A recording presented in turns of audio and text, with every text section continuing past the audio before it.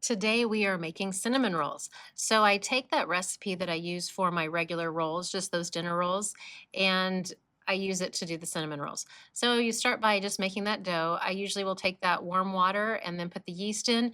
Then I add the rest of the ingredients and I knead the dough for about 10 minutes. With the cinnamon rolls, you do have to do a double rise. So once you've kneaded this for 10 minutes, you are going to need to let that dough rise for 10 minutes. While it's kneading, I make the mixture. So I've got 2 cups of sugar, I've put the cinnamon in there, and then I'm melting butter that I'm gonna pour out on it. So here, the dough has already risen for about 45 minutes and it doubled in size. I'm just laying it out on a floured surface, sprinkling some flowers over the top, and now I'm just going to kind of press it out.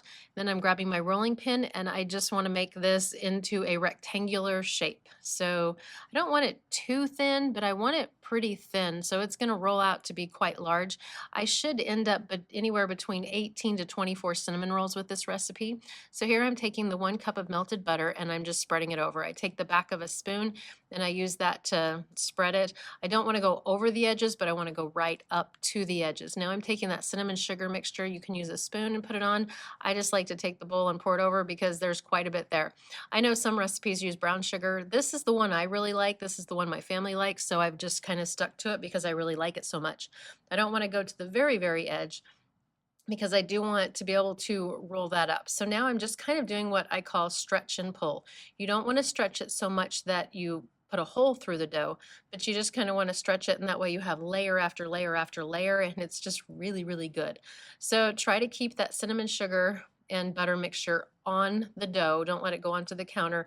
Be careful not to poke a hole in it. I didn't shorten this part of the video because I wanted you to see the stretch and pull.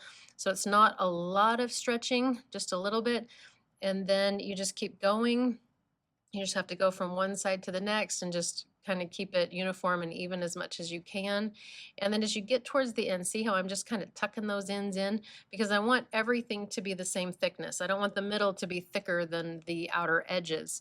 So right here, you can see where my hands are. It's not as thick as what the middle is. So in this next step, I didn't clip it at all, but I'll show you. So right here, I'm just kind of pinching that dough shut to keep all the insides in there.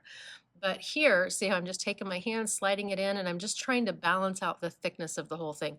So that edge right there was too thin, so I'm taking the middle and just kind of patting it to where it feels like it's almost the same thickness. That way my cinnamon rolls will be uniform. And these do make a lot of cinnamon rolls, so a lot of times I will put it into 2 of the tin pans or those aluminum pans, and that way I can give one away, keep one for us. Of course, usually my kids will eat them all, but now I cut it in half, and then I'm gonna fill one of them with half of that dough, the other pan with the other half. And I put these in kind of tight because I don't like the edges. I like the really soft part of cinnamon rolls. I don't like that hard, crunchy part. So I'm just trying to keep these uniform. They're about an inch and a half thick. It's not too thick, but I don't want like a 2-inch one tall and then a 1 inch. So try to keep it uniform. I do have a little of that dough left over at the end. I kind of just ignore it unless I need some kind of filler to go in there. And then this is the second pan. And again, I'm trying to keep these the same height, as uniform as possible. I let them rise again for about 35-40 minutes, and then I put them in the oven at 350 degrees, and I bake them for about 25 minutes or until they're a nice golden brown.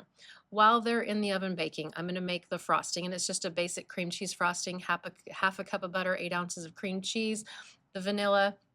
I used heavy whipping cream in this. You can use regular milk. I usually use regular milk. I don't know why I grabbed the whipping cream. It just is, it's good either way. And now I took them out. I usually will wait about 10 minutes before I frost them. I don't want to be so hot that the frosting just melts and absorbs into them. But I like to put my frosting into a cake decorating bag and then just zigzag it across the top because I like how that looks. I think it's really pretty. So, and you can either serve them up hot at this point or you can let them cool, just however you like it. But these are so good. There's so many different layers in there. They're super soft. My favorite way is to just put a little bit of butter on top and it just melts into it and is delicious. But oftentimes I'll come in and you'll find the centerpiece missing because my kids are just like me and they like the middle pieces. I was able to share a couple of these with my neighbors, but the rest of it my kids devoured and they were gone before the next morning.